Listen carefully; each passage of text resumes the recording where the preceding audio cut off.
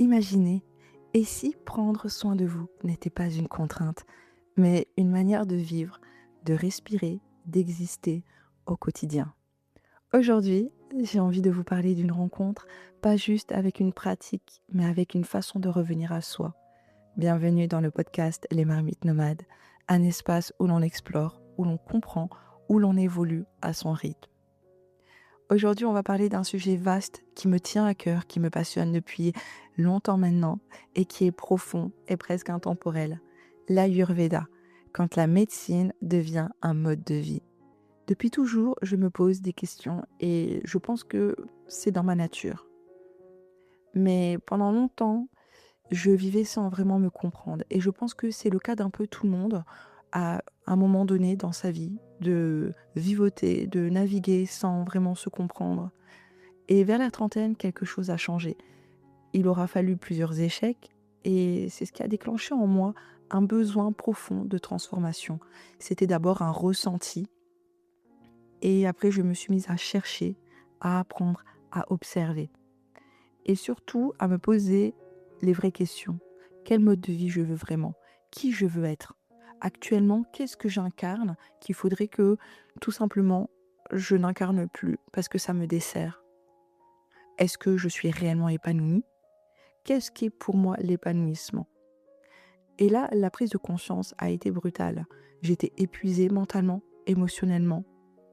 J'ai à la base déjà un cerveau qui ne s'arrête jamais, avec une pensée en arborescence, avec des idées, 30 idées à la minute.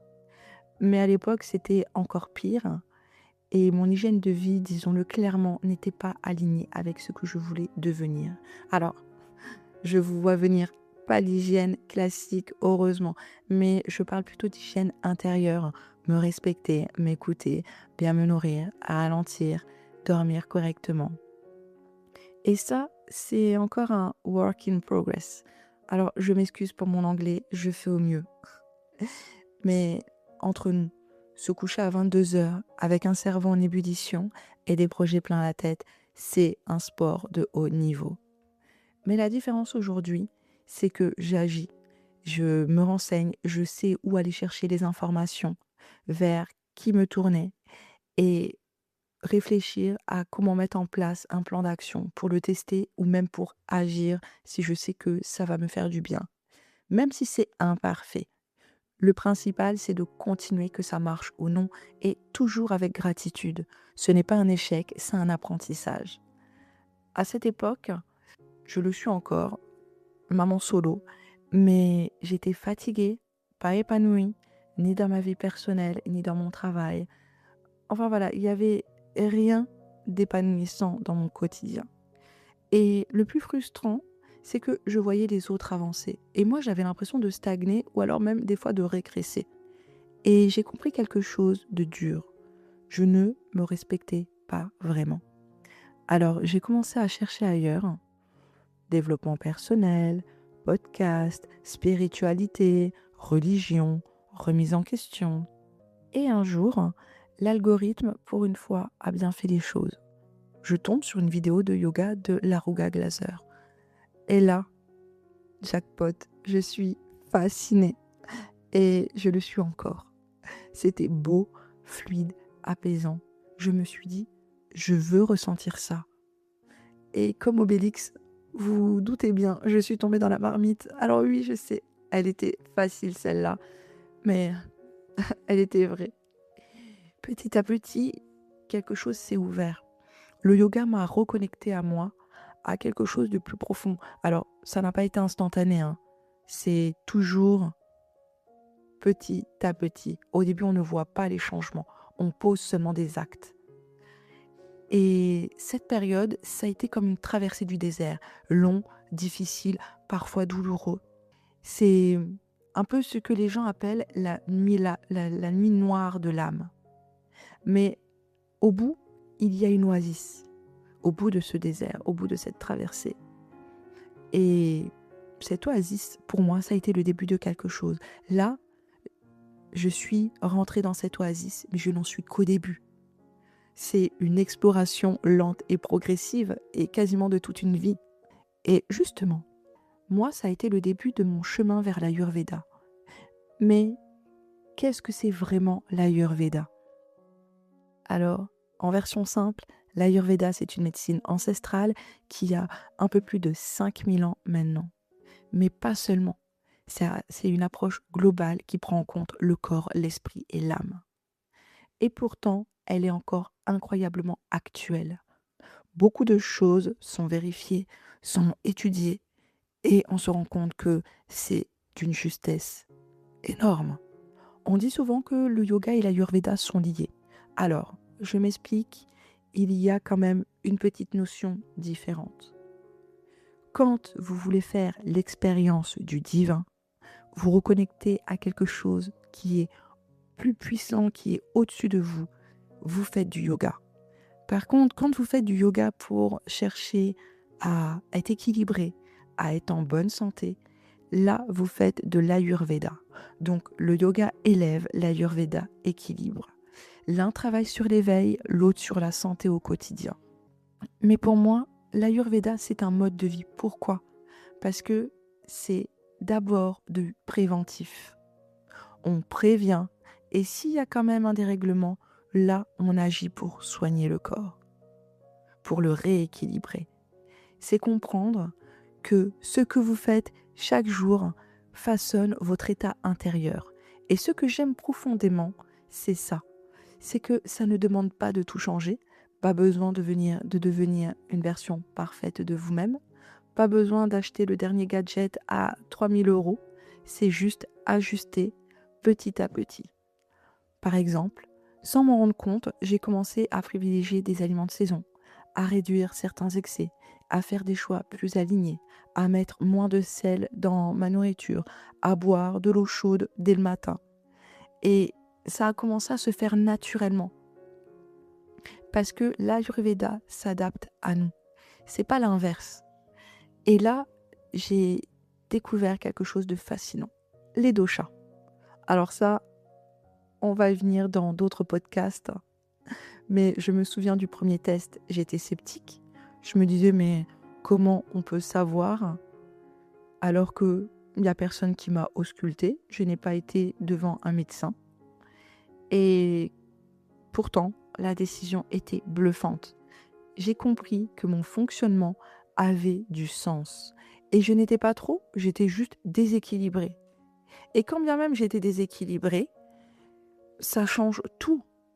Parce que comprendre, c'est une chose, mais ressentir, c'en est une autre. Pour moi, l'Ayurveda a résonné en moi parce qu'il a mis des mots sur ce que je vivais. Je suis quelqu'un de spontané, de créatif, un peu flower power. J'ai un cerveau qui ne s'arrête jamais, qui est toujours en ébullition.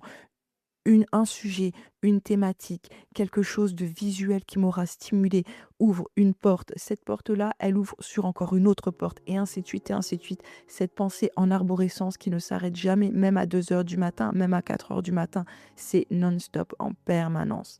Et avec, bien évidemment, les handicaps que ça génère. Et donc, forcément, l'Ayurveda ne m'a pas jugée. Elle m'a juste dit, ok, ça c'est toi. C'est ta personnalité. Par contre, il faut quand même que tu te rééquilibres. Donc, j'étais contente de trouver un domaine dans lequel on ne me dit pas, mademoiselle, vous devez peut-être faire des tests, vous avez peut-être telle pathologie ou ci ou ça. Non, je me suis dit, Eureka, c'est un domaine dans lequel on accepte une version de moi là où j'ai 30 idées en 10 minutes.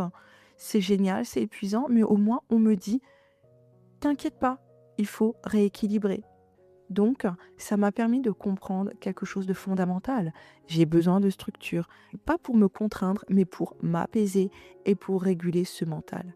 Et pour la première fois, je me suis sentie comprise. Pas jugée, pas trop compliquée, pas trop intense, juste humaine, avec un équilibre à retrouver. Et honnêtement, entre vous et moi, ça fait un bien fou. Alors forcément, ça se traduit dans le concret. Aujourd'hui, j'ai intégré des choses simples. L'eau chaude le matin, le gratte-langue, le yoga dès que je le peux, une alimentation plus chaude, plus douce, moins piquant, mais toujours avec des épices adaptées à mon dosha, puisque moi, il faut savoir, j'ai une dominance vata et j'ai encore un autre dosha qui est moyennement dominant, Pitta. Et c'est étrange parce que c'est l'alliance de l'air et du feu. Et au niveau horoscope, je suis Lion ascendant Verseau. Donc un mélange totalement créatif et détonnant, le mélange feu et air. Comme quoi, tout est équilibré. Ou tout est à équilibrer, mais en tout cas, tout est en résonance. Et surtout, j'apprends à m'écouter. Quand ça ne va pas, je ralentis. Quand je suis saturée, je cherche le calme. La nature est devenue essentielle au fil du temps. Et petit à petit, je cherche à simplifier ma vie. Moins de bruit, moins de superflu, plus d'essentiel. Mais ça ne veut pas dire pour autant que je vis en ermite, que je n'ai plus rien dans mon appartement et que je ne désire pas non plus le dernier air fryer de chez Ninja. Non, pas du tout. Mais je fais à l'essentiel le plus possible. Et comme je le disais, je ne suis pas parfaite. Nous ne cherchons pas une version parfaite. Mais il faut juste accepter des fois des loupés. Par exemple, se coucher tôt, pour moi, c'est encore un défi. Parce qu'il y a des moments, j'ai tellement de choses à faire, je veux anticiper, je veux que je me couche tard. Alors que je sais que pour le mental, le cerveau que j'ai, il faut que je sois couché avant 22 heures. Sinon, c'est le lendemain matin, c'est catastrophique. J'ai le cerveau qui part encore plus dans les excès, dans les pensées, dans les idées. Alors, il faut que j'adapte. Moins d'écran, un mode nuit. Bientôt, je vais interdire le téléphone dans ma chambre. Je vais revenir à quelque chose de plus traditionnel, le radio réveil. Je suis en chemin, comme vous, et c'est ça qui compte. Et peut-être que vous vous demandez, ok, mais concrètement, qu'est-ce que ça change? Parfois, un seul petit changement suffit. Et le bien-être appelle le bien-être. Vous commencez par une chose et naturellement, vous avez envie d'aller plus loin. Parce que vous ressentez.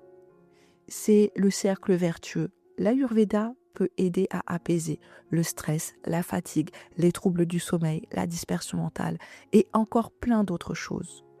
Mais au-delà de ça, il transforme votre relation à vous-même. Vous passez de « je subis » à « je comprends ». Et dans un monde où tout va vite, où tout est bruyant, où tout est constant, revenir à soi devient essentiel. Si je devais vous laisser avec une seule idée, ce serait celle-ci. Votre bien-être ne dépend pas d'un grand changement, mais des petites choses que vous faites chaque jour. Revenir à soi, ce n'est pas une destination, c'est un chemin. Un chemin imparfait, mais profondément vivant. Et ici, nous avançons ensemble. Ici, nous faisons de la résistance dans l'ombre. J'ai été heureuse d'enregistrer ce podcast pour vous. J'espère que vous serez nombreux et nombreuses à l'écouter et à l'apprécier. J'attends un retour de votre part, un échange. N'hésitez pas à liker, à vous abonner et surtout à échanger avec moi en commentaire. Je serai toujours ravie d'échanger avec vous et de répondre à vos commentaires, à vos questionnements ou même tout simplement d'échanger, de discuter. C'était un plaisir d'enregistrer ce podcast pour vous. Je vous dis à très bientôt, les marmites nomades.